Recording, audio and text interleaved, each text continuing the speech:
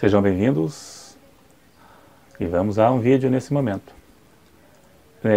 Na internet tem sites aí no Google onde diz que o tema da escola de samba da Mangueira terá como tema "A verdade vos fará livre". Mas a maioria não sabe nem mesmo o real significado disto. Muitas pessoas, não me referindo à escola de samba em si, mas muitas pessoas nem ao menos sabem o significado. Se, pois, o Filho vos libertar, verdadeiramente sereis livre. Então, pelo que pude entender, eles vão transmitir a ideia de como Jesus seria se ele voltasse à Terra hoje. Como que ele seria, ou como seria. Mas não se referindo à volta de Cristo para arrebatar sua igreja. Não é isso não. Mas a ideia de como Jesus seria se voltasse hoje para a Terra. Então eles vão, pelo que deu a entender, passar a ideia de que Cristo defenderia a igualdade e condenaria a intolerância e o preconceito. Em partes está certo, mas a verdade vai mais além, tem coisas por trás. Vamos ler um trecho do site, porque tem sites na internet aí, é só você ler, caso ainda não leu. Então, vamos ler. Abre aspas. Quando Cristo esteve aqui, ficou do lado dos oprimidos e não fez distinção de pessoas, correto? Será que Jesus não está no morador da favela, no menor abandonado, no gay, na mãe de santo? O questionamento é do carnavalesco da Mangueira, fulano de tal, em entrevista ao jornal tal e tal, ao jornal O Globo, na qual ele anuncia que o enredo da escola de samba em 2020 será "A verdade vos fará livre". A ideia é retratar como seria o retorno de Jesus Cristo no atual cenário de intolerância no mundo. O Cristo histórico, que a verdade vos fará livre, leva para o carnaval, é aquele que nasceu pobre, viveu ao lado dos menos favorecidos e condenou o acúmulo de riquezas. Correto, é isso mesmo. O mesmo que se insurgiu contra a hipocrisia dos líderes religiosos dos seus tempos, certo? E colocou-se contra a opressão do Estado. A liderança pacifista que amou de forma irrestrita, sem preconceitos ou discursos de ódio, e por isso foi condenado exatamente isso, torturado e morto. Fecha aspas.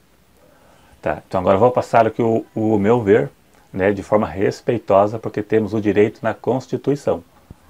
Então eles vão passar a ideia de que Cristo defenderia a igualdade e condenaria a intolerância e o preconceito. Até aí tudo bem. Em partes, sim. Mas a realidade não é exatamente a ideia que eles poderão tentar transmitir. Eu vou dar a explicação correta de acordo com a Bíblia, mas falando com respeito, né, às crenças e tradições, sem desrespeitar a lei e crenças e tradições. Intolerância não é tolerar o pecado. No ponto de vista teológico, intolerância não é tolerar o pecado.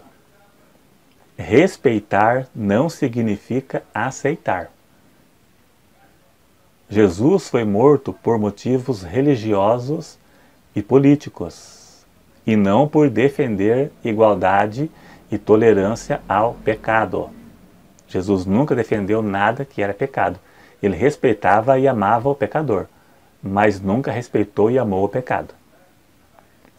Os fariseus e os judeus não o aceitavam como sendo o Messias, né, que a Bíblia prometia. Por isso foi morto. Os fariseus eram uma seita judaica que defendia as práticas da lei. Jesus veio pregando que não era mais necessário cumprir os preceitos da lei. Herodes liberou que o matasse porque era político e precisava do povo ao seu lado. Jesus era criticado pelos fariseus porque comia e entrava em casa de pecadores. Os fariseus eram uma seita exclusivista que desprezavam os demais. Jesus disse que os sãos não precisavam de médico. Jesus veio para os pecadores. A finalidade de Cristo era pregar o Evangelho. Os que se arrependiam, Jesus os perdoava. Veja que Jesus disse para a mulher adúltera: vai e não peques mais, que o acusaram de adultério. Ele diz que quem não tiver pecado, que comece a atirar pedras, ou então, quem não tiver pecado, que atire a primeira pedra, que é o ditado popular que todos conhecem. Então, ele condenou o adultério, mas não condenou a mulher. E não disse para ninguém tolerar o adultério dela. Ele disse: vai e não peques mais. Ele respeitou ela como pessoa, mas não o seu pecado. Condenou o pecado, mas não o pecador. Jesus nunca pregou tolerância ao pecado. Ele apontava o pecado e o perdão para quem se arrependesse. Os apóstolos seguiram a mesma linha que Cristo. Para aqueles que pecam e não se arrependem, só resta o castigo. Vamos ler 1 Coríntios 6, verso 10, apenas um versículo só para não prolongar o vídeo. Já está com quase 10 minutos, 8 minutos. Para não prolongar o vídeo, apenas um versículo que Paulo disse. Eu vou ler um versículo que está em 1 Coríntios 6, verso 10, que Paulo escreveu, não eu. Não erreis, nem os devassos, nem os idólatras, nem os adúlteros, nem os efeminados, nem os sodomitas. Quem não sabe o que é isso, pesquise no Google que você vai saber. Nem os ladrões, nem os avarentos, nem os bêbados, nem os maldizentes, nem os roubadores herdarão o reino de Deus. Aqui é uma relação de pecados que essas pessoas que cometem esses pecados citados e mais um monte que existe na Bíblia que não está aqui, nesse versículo aqui, que não se arrependerem e morrerem nesse estado, serão condenados. Pronto, serão condenados. O apóstolo aqui não pediu para tolerar, mas ele condenou quem vivesse em tais práticas e não se arrependessem.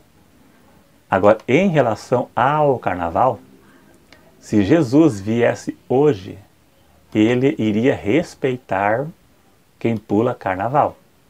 Ele iria pregar o Evangelho para vocês. Ele iria respeitar vocês como pessoas, como nós também devemos respeitar, pois são pessoas semelhantes a nós. E não a atitude, ele não iria respeitar a atitude de ficar seminuas, pois a Bíblia condena a nudez, condena expor o corpo à sensualidade. 1 Timóteo 2, verso 9, está escrito que a mulher se atavia em traje honesto com pudor e modéstia. Pudor, sentimento de vergonha. Então fica claro, não existe nenhuma atividade ou condição que justifique expor o corpo. E não existe exceção. E o carnaval não é uma exceção. Não existe lugar específico aprovado por Deus para expor a nudez ou ficar de roupa sensual que não seja pecado. Então quem pula, seminua, está pecando. Romanos 1,32, Paulo disse, ele disse assim, antes ele citou vários tipos de pecado. No verso 32 ele disse que são dignos de morte o que tais coisas praticam. Não somente fazem, mas consentem aos que fazem. Mais ou menos isso. Por aí mesmo. Eu não estou lendo, mas estou citando. Então, morte aqui não é morte física, é condenação eterna. São dignos de morte os que fazem e os que consentem. Consentir é apoiar, apreciar, Então quem se diverte vendo o pecado dos outros sofrerá juízo de Deus, mesmo que não faça pessoalmente. Você que pula, peca, e você que assiste pela TV ou lá na passarela, lá na avenida, peca também. Ou você que assiste pela TV também peca da mesma forma e estarão sujeitos a sofrer o mesmo juízo. Você que aprecia o pecado alheio estará sujeito ao mesmo juízo que a pessoa. No ano passado, me parece que foi a Gaviões da Fiel que blasfemou contra Cristo naquela encenação lá que todo o cristianismo criticou, né? E este ano essa outra escola aqui vai tentar suavizar. Mas quem é espiritual compreende. Mas quem é carnal não compreende, né? E poderá pretender continuar assim e não aceitar a verdade.